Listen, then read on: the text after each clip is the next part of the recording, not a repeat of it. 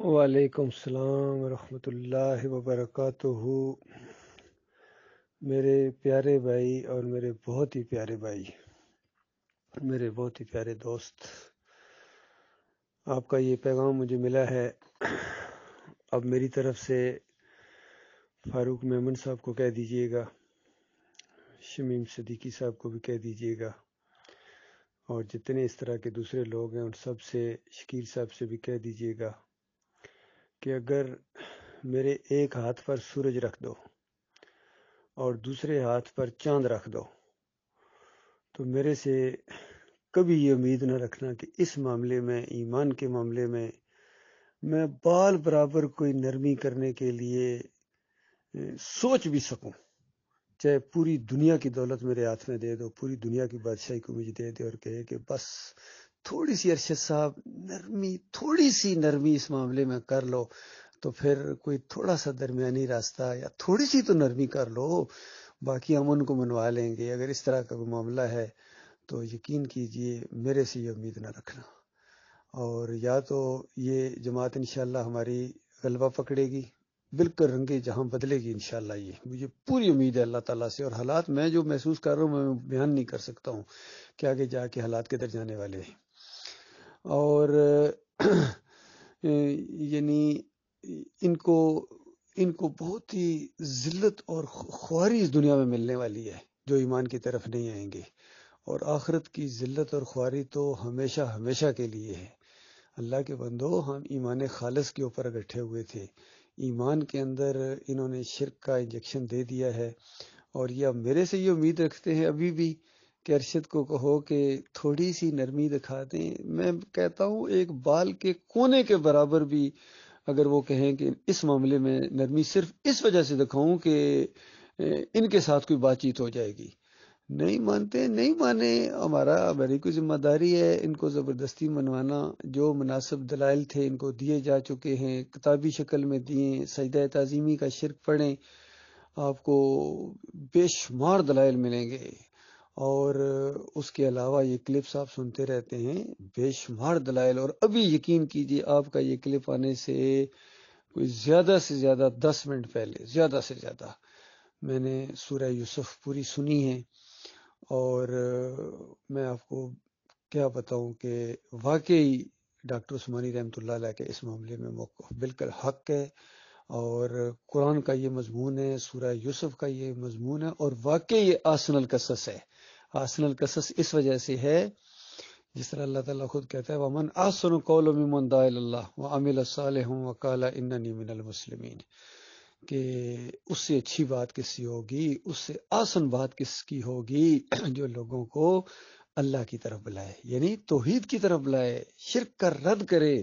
اسی سورہ یوسف کے اندر جس طرح جیل کے اندر دعوت اللہ کی ہے یوسف علیہ السلام نے، اور شرک کا رد کیا ہے، اور اپنے عزم اور ارادے کا اعلان کیا، اور ساتھ ہی کہا کہ یہ ایمان اور عقیدے کی باتیں یہ بہت ہی سادہ باتیں ہیں، اور بہت ہی اللہ کا ہمارے اوپر، ہر اس انسان کے اوپر یہ احسان ہے اللہ کا جس کو ایمان اور عقیدے کی باتیں یہ سمجھ آ جائیں، اور اکثریت انسانوں کی اس مسئلے کو نہیں جانتی ہے کہ اس کائنات کو اللہ تعالیٰ نے یعنی توحید کے لیے پیدا کیا ہے، ایمان کے لیے پیدا کیا ہے، اور یہی سیدھا راستہ ہے، یہی اللہ کا راستہ ہے، اس کے علاوہ سارے راستے بربادی کے راستے ہیں۔ تو اس انداز سے انہوں نے دعوت دی ہے جیل کے اندر۔ اور اس کے بعد یعقوب علیہ السلام کا ایک زبردست کردار اللہ تعالیٰ نے بتایا ہے کہ وہ بہت ہی جلیل القدر انبیاء میں سے ہیں، اور بہت ہی زیادہ علم سے نوازا تھا ان کو اللہ تعالیٰ نے، اور انہوں نے اپنے علم سے اور اللہ کی وحی کے مطابق اس خواب کی تعبیر بتائی ہے یوسف علیہ السلام کو، اور یوسف علیہ السلام نے بھرپور اس کو محسوس کر لیا ہے، اور اسی کے ساتھ وہ اپنی زندگی بسر کی ہے۔ اور یعقوب علیہ السلام کو بھی اللہ تعالیٰ نے وحی کے ذریعے یہ سب کچھ بتایا ہے کہ یہ کچھ ہونے والا ہے۔ اور اس کے بعد آپ غور کریں، جب بھائیوں نے کہا کہ یوسف کو ہمارے ساتھ بھیجیں تو کچھ ہم کھیلیں گے اور یہ ہمارے ساتھ، آپ کیا بات ہے اس کے معاملے میں میرے اوپر اعتماد نہیں کرتے ہیں، تو یعقوب علیہ السلام نے کس انداز سے بات کی ہے کہ نہیں، میں اس وجہ سے کہ مجھے یہ ڈر ہے کہ کہیں تم کھیل کود میں ہوگے اور اس کو بیڑیا کھا جائے گا۔ تو پوری طرح محسوس ہو رہا ہے کہ اللہ تعالیٰ نے پہلے سے پورا منصوبہ بتا دیا یعقوب علیہ السلام کو کہ یہ کچھ ہونے والا ہے۔ تو ظاہری بات ہے اللہ کے منصوبے کا یہ حصہ تھا کہ وہ ان کے ساتھ ان کو بھیجتے، اور آگے کے سارے مراحل سے گزرنا تھا یوسف علیہ السلام نے، اور صبر کے ساتھ بار بار، یعنی ہر موقع کے اوپر یعقوب علیہ السلام کہتے ہیں اپنے گھر والوں کو، قبیلے والوں کو، بچوں کو، بہوؤں کو اور سارے لوگوں کو کہ دیکھو میں وہ جانتا ہوں جو تم نہیں جانتے ہو، یعنی جو منصوبہ ہو رہا ہے تم نہیں سمجھتے ان چیزوں کو، میں تمہیں نہیں سمجھا سکتا ہوں۔ ایک حد تک بندہ سمجھتا ہے، کچھ ایسی باتیں ہوتی ہیں ایسے معاملات میں جو ایڈوانس نہیں بتائی جا سکتی، کیونکہ دوسرے پھر اس کو نہیں مان سکتے ہیں، وقت کے تحت، حالات کے تحت وہ مانتے ہیں۔ تو پھر حالات نے کس طرح، اللہ نے اس حالات کو پھیرا ہے، اور اس کے بعد کس طرح یوسف علیہ السلام کی تربیت کی ہے۔ اور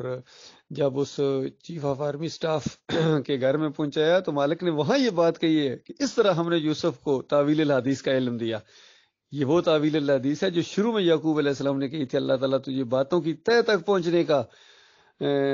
جو ہے وہ علم عطا کرے گا۔ اس کا عام طور پر لوگوں نے فوراً ترجمہ کر دیا تجھے خوابوں کی تعبیر کا علم دے گا، تو دماغ میں وہ چیز ڈال دیا، حالانکہ وہ خوابوں کی تعبیر بھی اسی کے اندر شامل ہے، سمجھ لیجئے، لیکن اصل چیز یہ ہے تعویل الاحادیث، باتوں کی تہ تک پہنچنا، معاملات کو سمجھنا۔ اور اللہ تعالیٰ کہتا ہے جب اس افسر کے گھر میں ہم نے پہنچایا تو اس طرح ہم نے یوسف کو تعویل الحدیث کا علم دیا۔ تو بتاؤ کہ یوسف علیہ السلام کو تعویل الحدیث یعنی خوابوں کی تعبیر سکھانے کا علم اس چیف آف آرمی سٹاف نے سکھایا تھا؟ نہیں، وہاں وہ انہوں نے فوجی معاملات سیکھے تھے، وہاں انہوں نے حکومتی معاملات سیکھے تھے، وہاں انہوں نے دنیاوی معاملات کس طرح کیے جاتے ہیں، لوگوں کے ساتھ ڈیلنگ کیسی کی جاتی ہے، سارا، چونکہ آگے انہوں نے بادشاہی کرنی تھی، اللہ تعالیٰ نے اس طرح ان کو فہم و فراست عطا فرمایا، اور پھر اس کے بعد نبوت عطا فرمائی، پھر اس کے بعد جیل کے اندر وہ سارے معاملات آئے، پھر کس انداز سے بادشاہ کو اللہ نے اس خواب دکھایا اور اس کی تعبیر یوسف علیہ السلام کو بتائی، اور پھر سارا ماحول بنانے کے بعد کس طرح اللہ تعالیٰ نے یوسف علیہ السلام کو وہاں غلبہ عطا فرمایا اور شرک اور کفر اور بت پرستی کا خاتمہ کر دیا اللہ تعالیٰ نے۔ پھر اس کے بعد بھائیوں کے درمیان جو اختلافات تھے وہ بھی دور ہو گئے، بھائی سر جکائے گویا کھڑے ہیں، اپنی غلطی کو مان رہے ہیں کہ جب بھائی کو تنگ کیا کرتے تھے، بھائی کے خلاف برے جذبات رکھتے تھے اور اس کو نیچا دکھانے کی کوشش کرتے تھے، لوگوں کی نظر میں اس کو گرانے کی کوشش کرتے تھے، لیکن جس کو اللہ نہ گرنے دے اس کو کون کرائے گا۔ تو اس طرح ایک سارا منصوبہ سامنے آیا اللہ تعالیٰ کا، اور عجیب و غریب انداز ہے، اللہ کی قدرت کا ایک شاہکار ہے یہ صورت۔ اور اس کے بعد ایک تربیت انسانوں کے لیے کہ پیغمبروں کی زندگیاں کس طرح ہوتی ہیں، اور پھر جب وہ سٹوری ختم ہو رہی ہے اور دنیاوی لحاظ سے وہ بہت بڑے تخت کے اوپر جب والدین کو جا کے بٹھایا تو یوسف علیہ السلام سجدے میں گر گئے، اور پیچھے جو ہے والدین بھی گرے ہیں، اور سامنے بھائی ہیں، سارا خاندان گر گیا، یہ بالکل اسی طرح سجدے میں گرے ہیں جس طرح سورہ نجم پڑھتے ہوئے نبی علیہ السلام سجدے میں گرے ہیں، ساتھ ہی صحابہ کرام نے سجدہ کیا اور کافروں مشرکوں نے بھی سجدہ کر لیا۔ اندازہ لگائے اتنا زور ہے قرآن کا، اتنا وہ ماحول ایسا بن گیا۔ صرف امیہ بن خلف تھا، اس نے تھوڑی سی مٹی اٹھائی اور ماتھے پر لگائی، اور اس نے کہا میرا یہی سجدہ ہے۔ تو یہ انبیاء کی پھر سنت بتائی سورہ مریم کیا نام ہے 58 نمبر آیت کے اندر کہ سارے انبیاء اسی طرح کیا کرتے تھے۔ یہ صرف یعقوب علیہ السلام اور یوسف علیہ السلام نے نہیں ایسا کیا، سارے انبیاء اسی طرح کیا کرتے تھے، حتیٰ کہ آخری نبی محمد صلی اللہ علیہ وآلہ وسلم نے بھی مکہ فتح کے موقع کے اوپر، کیونکہ وہ اللہ کی نشانی سامنے آ گئی تھی، اللہ نے اس وقت خوشخبری سنائی تھی کہ آپ فاتح کی حیثیت سے واپس آئیں گے، جب اس کا وہم و گمان بھی نہیں کیا جا سکتا تھا۔ اگر اس وقت کہا جاتا کہ یہ مکہ مسلمان فتح کریں گے تو ہر بندہ ہنس پڑتا، مسلمان بھی، یعنی جو بڑے سمجھدار اور آگے چلنے والے تھے، ابو بکر صدیق جیسے لوگ اور عمر بن خطاب جیسے، وہ تو اسی وقت پہچان گئے کہ اسٹوری کا کیا اینڈ ہونے والا ہے، جب سورہ یوسف یہ مکہ میں نازل ہوئی ہے، اسی کو وہ سمجھ گئے تھے، اور کتنے مخالفین تھے وہ بھی کچھ سمجھ گئے تھے کہ اس کا حالات کیا ہونے والا ہے۔ اس لیے جب مکہ فتح ہوا تو سب نے نبی علیہ السلام کی فضیلت کو تسلیم کر لیا۔ خود ابو سفیان نے کہا کہ ہم مان گئے بھائی، اللہ تعالیٰ نے تجھے ہم پر فضیلت عطا فرمائی ہے، اور پھر وہی بات کہی آگے سے نبی صلی اللہ علیہ وآلہ وسلم نے جو یوسف علیہ السلام نے کہی تھی۔ دیکھیے کتنی یہ دونوں سٹوریاں آپس میں ملتی ہیں۔ تو بتاؤ اللہ کے بندوں، میرے پیارے بھائیو، کیا مکہ والوں نے نبی علیہ السلام کو سجدہ کیا تھا یا مسلمانوں نے نبی علیہ السلام کو سجدہ کیا تھا؟ ہرگز نہیں، بلکہ مخالفین بھی جو مسلمان ہو گئے تھے وہ اللہ کے سامنے سجدے میں گر گئے۔ انہوں نے پھر اللہ کے سامنے سجدے میں گرنے کا یہ بھی مطلب ہوتا ہے یعنی اللہ کو انہوں نے مان لیا اور اللہ کی آگے سرنڈر کر دیا انہوں نے۔ تو یہ کچھ ہوا ہے سب سارا، تو اس طرح پورا خاندان اللہ کے سامنے سجدے میں گر گیا، شکر گزاری کے طور کے اوپر کہ کتنا مالک عظیم رب ہے، اور اس کی تشریح بھی کی یوسف علیہ السلام نے 100 نمبر آیت اور اس کے آگے والی آیت کے اندر۔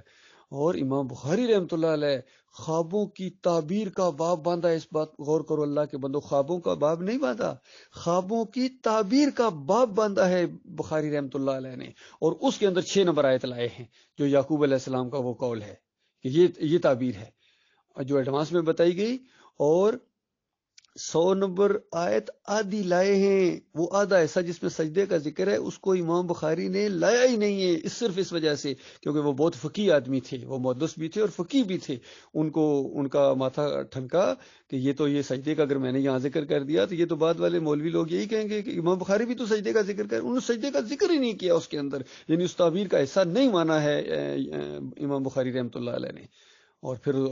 101 نمبر آیت میں سارے وہی الفاظ ہیں یوسف علیہ السلام دہرا رہے ہیں جو 6 نمبر آیت کے اندر یعقوب علیہ السلام نے کہے تھے، گویا تصدیق کر رہے ہیں، اپنی طرف سے تعبیر نہیں بتا رہے ہیں، تعبیر بتائی جا چکی تھی صرف اس کو۔ اور خواب کی تعبیر ہمیشہ پہلے ہوتی ہے، کبھی ایسا ہوا کہ وہ خواب سچا ہو گیا اب اس کی تعبیر بتائی جا رہی ہے۔ ان کی اصل میں مت ماری گئی، ان کے دماغوں کے اندر یہ سجدہ تھا اور اللہ تعالیٰ نے ان سے آزمائش کی اور اس کے اندر ڈھیر ہو گئے۔ اور اب مجھ سے یہ مطالبہ ہے کہ ارشد تھوڑی سی نرمی کر لو اللہ کے بندو، صرف اسی ان کی بات کے اوپر اگر آپ غور کریں نا آپ کو سارا مسئلہ سمجھ آ جائے گا کہ نبی صلی اللہ علیہ وآلہ وسلم اور جو مشرکین مکہ کا آخر میں جھگڑا کیا تھا آپس میں ایمان اور عقیدے کی جب دعوت اٹھی تھی تو جو مخالفین تھے وہ یہی تو کہتے تھے وہ بال برابر اس کے اندر تھوڑی بہت تبدیلی کرو، تھوڑی بہت نرمی کرو، بالکل ہی نہیں مانتے ہو۔ تو ہم اس نبی کی امتی ہیں، ہم اس سنت پر عمل کر رہے ہیں، اس میں تھوڑی سی نرمی بھی اگر میں کروں گا وہ میری دینی موت ہوگی، یاد رکھیے ختم ہوگی کہانی پھر میری۔ اس لیے ایمان کے معاملے میں، عقیدے کے معاملے میں، طاغوت کے معاملے میں کبھی میرے سے کوئی امید نہ رکھے کہ میں نرمی کروں گا کسی کی رشتہ داری کی وجہ سے، کسی کی دوستی کی وجہ سے، یا اتنی بڑی جماعت والے مجھے فوراً جناب واہ واہ کرنا شروع ہو جائیں گے اس وجہ سے۔ بالکل کبھی نہیں ہوگا، کبھی نہیں ہوگا، کبھی نہیں ہوگا، انشاءاللہ کبھی نہیں ہوگا۔ مجھے اللہ سے امید ہے، اس وجہ سے میں یہ باتیں پورے یعنی اعتماد کے اور یقین کے ساتھ اور زور دے کے کہہ رہا ہوں، مجھے اپنے مالک سے امید ہے، میرا مالک مجھے قائم رکھے گا۔ وہ بہت قدردان رب ہے، یقین کیجئے، ایمانداروں کا وہ دوست ہے، ان کو وہ اندھیروں سے نکال کر روشنی میں لاتا ہے۔ میرے مالک نے تو کہاں سے مجھے نکالا، کس طرح اللہ نے یہ توحید کی دعوت میرے تک پہنچائی اور کس طریقے سے یہ 37 سال ہو گئے ہیں میرے مالک نے اس کو مجھے اس پر قائم رکھا ہوا، اور اب میں روشنیوں میں آیا ہوں تو پھر میں اندھیروں میں چلا جاؤں۔ اور الٹی بات کرتے ہیں، ہر بات الٹی کرتے ہیں۔ مضمون انہوں نے میرے خلاف لکھا اور من النور الی الظلمات، کہ ارشد نور سے ظلمات میں چلا گیا ہے، یعنی جو ایمان خالص کے اوپر قائم ہے وہ گویا ظلمات میں چلا گیا ہے، اور جس نے ایمان خالص چھوڑ کے جھوٹ بولا ہے، کتنے جھوٹ بولے ہیں انہوں نے اندازہ لگائیے، ایک شرک کے بعد دوسرا شرک کرتے جا رہے ہیں اور آپ لوگوں کی آنکھیں نہیں کھل رہی ہیں۔ انہوں نے پہلے سجدہ تعظیمی کا شرک، اس کے بعد انہوں نے کہا کہ عیسیٰ علیہ السلام کو اللہ تعالیٰ نے اپنی ایک صفت دے دی معجزانہ طور کے اوپر غور کیا، اور ابھی کل پرسوں کی ان کی وہ بیان ہے جس کے اندر کہتے ہیں کہ اللہ تعالیٰ نے اپنی صفت کے 100 حصے کیے اور ایک حصہ جو ہے پوری مخلوق میں بانٹ دیا، 99 حصے اپنے پاس رکھا، گویا 99 حصے اللہ الوہیت کا مالک ہے اور ایک حصہ جو الوہیت ہے اس نے بانٹ دی پوری اپنی مخلوق کے اندر۔ اور دیکھو روایت کو پیش کر کے اس کو مکس کر دیا، حالانکہ وہ روایت جو ہے اللہ نے اپنی صفت کے 100 حصے نہیں کیے، اللہ نے اپنی رحمت کو جو رحمت اس نے پیدا کی ہے، وہ رحمت اور شفقت، احسان، وہ جو ایک صفت ہے، یعنی اللہ تعالیٰ کی الرحیم تو صفت ہے لیکن اس نے اپنی صفت کے حصے نہیں کیے ہیں، اس نے وہ رحمت جو اس نے پیدا کی ہے اس کے حصے کیے ہیں اور باقی رحمت اپنے پاس رکھی ہوئی ہے۔ اور وہ رحمت وہ قیامت کے دن سارے یعنی وہ ایک حصہ بھی اوپر اٹھائے گا اللہ تعالیٰ، اور 100 کے 100 پوری کی پوری رحمت مومنوں کے اوپر نچھاور کر دے گا۔ غور کیجئے کہ اللہ تعالیٰ اپنی کوئی صفت مومنوں کے اوپر سے نچھاور کر دے گا، کوئی ایک صفت سارے مومنوں میں بانٹ دے گا، نہیں، اللہ اپنی رحمت، شفقت، احسان، پیار، محبت مومنوں کے اوپر نچھاور کر دے گا، معافی مومنوں کے اوپر نچھاور کر دے گا۔ اس بات کو کہاں ملا دیا محمد حنیف سے، دیکھیے، اور لوگوں کو ظاہری بات ہے کچھ نہ کچھ تو چیز ہونی چاہیے لوگوں کو دھوکہ دینے کے لیے، اور پھر کتنی بڑی جھوٹ انہوں نے بات کہی کہ یہ ڈاکٹر صاحب کی آواز ہی نہیں ہے، ڈاکٹر صاحب ایسا کہہ ہی نہیں سکتے، کتنا بڑا جھوٹ بولا۔ اب آپ کا کیا فرض نہیں بنتا ہے سارے لوگ جو بڑے لوگ ہیں ان کو اکٹھا کر کے وہ آواز سنائیں اور محمد حنیف صاحب سے قسم لیں، ان کو کہو کہ آپ قسم اٹھائیں کہ کیا آپ کا دل بھی یہ کہتا ہے کہ یہ کیا نام ہے ڈاکٹر عثمانی رحمۃ اللہ علیہ کی آواز نہیں ہے، اور سارے لوگ کہیں ڈاکٹر یعنی خود گواہی دیں کہ ڈاکٹر صاحب کی آواز ہے، ڈاکٹر صاحب کا عقیدہ ہے۔ اور اس کے بعد جب انفرادی طور پر کوئی فون کرتا ہے محمد حنیف صاحب کو، کہتے ہیں چھوڑیں محمد حنیف کو، ذرا سٹیج پر کھڑے ہو کے ساری جماعت کو کہو نا چھوڑیں ڈاکٹر عثمانی کو، یعنی انفرادی طور پر جو فون کرتا ہے بندہ تو محمد حنیف صاحب کہتے ہیں چھوڑو ڈاکٹر عثمانی کو، اور عام طور پر لوگوں کو کہتے ہیں ہم ڈاکٹر عثمانی رحمۃ اللہ علیہ کے ساتھی ہیں، ان کے ہم عقیدہ ہیں۔ تو کتنا بڑا فریب ہے، اب بھی آپ کی آنکھیں نہیں کھل رہی ہیں، اب بھی آپ کہتے اور دلائل دو، اور کتنے دلائل آپ کو دیے جائیں، جو مناسب دلائل تھے وہ دیے جا چکے ہیں۔ اللہ تعالیٰ آپ کو غور و فکر کر رہے ہیں کہ میرا یہ کلپ آپ کے پاس امانت ہے، اور آپ تھوڑی ہمت کر کے آپ یہ شمیم صاحب کو بھی سنائیں، آپ یہ فاروق محمد صاحب کو بھی سنائیں، اور اس کے بعد جائیں محمد حنیف صاحب کے گھر جائیں، ان کو بھی جا کے سنائیں، مرکزی شورا میں بلکہ جا کے سنائیں، کہنا میرے بھائیوں میرے پاس ایک امانت ہے